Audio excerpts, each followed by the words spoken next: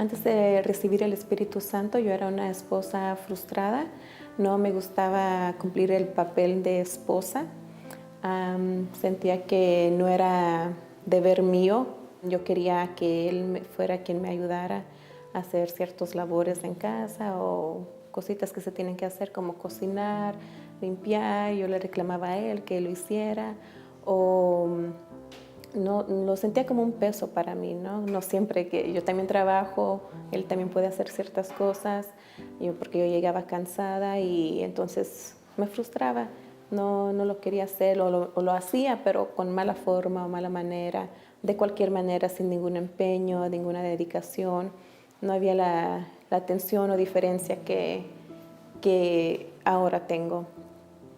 Y entonces eso hasta en cierta forma dañó mi matrimonio, porque cositas sencillas que era para fluir se complicaban, porque si algo estaba tirado en el piso yo reclamaba, ay, ¿por qué está eso tirado? Yo no quería atender a mi esposo. Una vez hasta él me reclamó porque cociné un platillo, pero no salió como lo hizo su mamá, como lo hacía su mamá.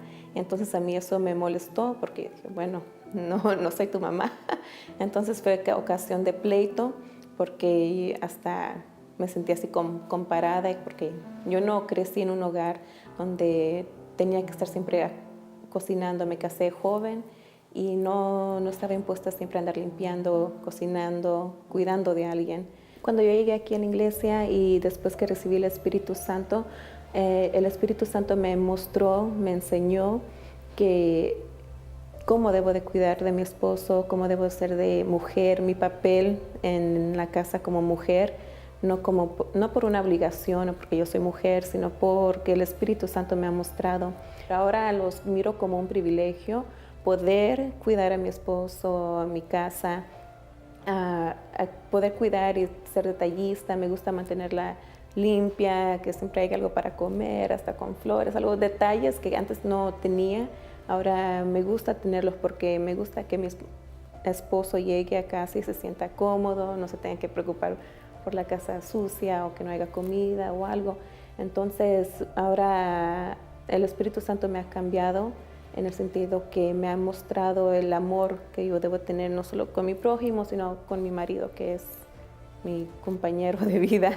Entonces el Espíritu Santo es el que me ha guiado y me ha mostrado quién yo soy ahora, que me mostró tener ese cariño, ese cuidado con mi esposo y hasta conmigo misma.